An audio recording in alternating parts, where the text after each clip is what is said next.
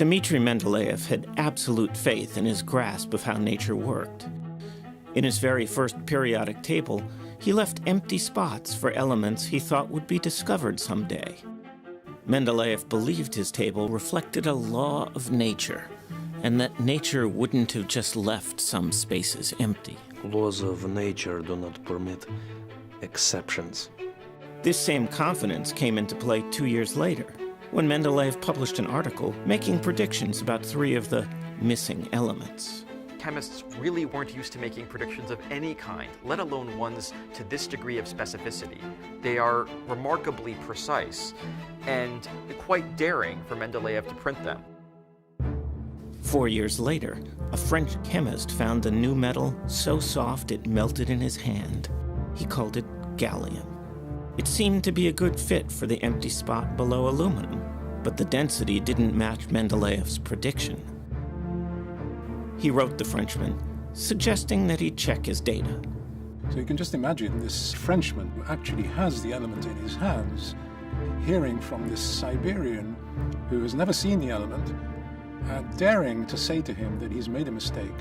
This reflects both something about his brash personality, but also his confidence in the nature of the predictions he made.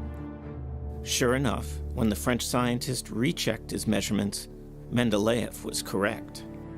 So not only had Mendeleev predicted the element, but he knew the properties of the element better than the discoverer of the element knew them. Within 15 years, all 3 of the detailed predictions are discovered, and that catapults Mendeleev to chemical superstardom. Despite his remarkable grasp of chemistry, there was one element whose properties Mendeleev could never accept: radium.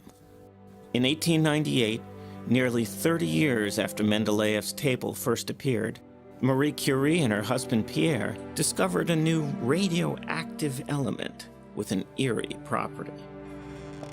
Eve Curie, in her biography of her mother, Don't light the lamps. Look.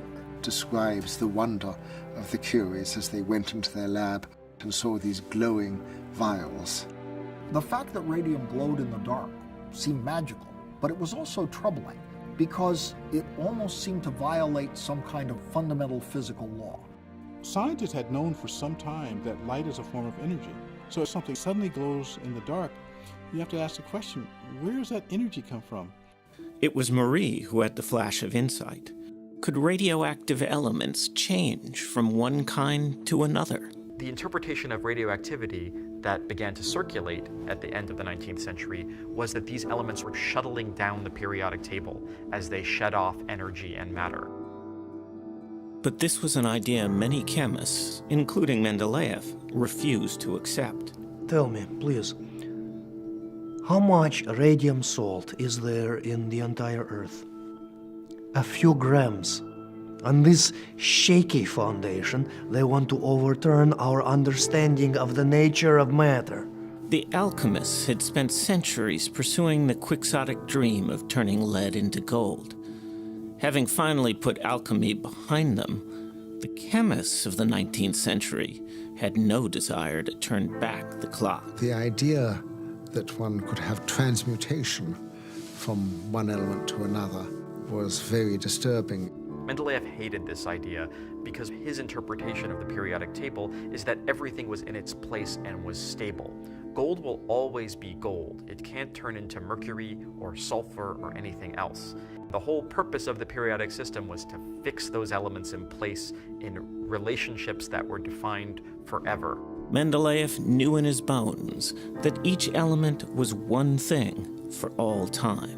The same confidence that allowed this man to make predictions no other chemist dared to prevented him from accepting an idea that was going to open up whole new avenues of research in physics and chemistry, that radioactive elements like radium could fall apart, becoming different elements in the process.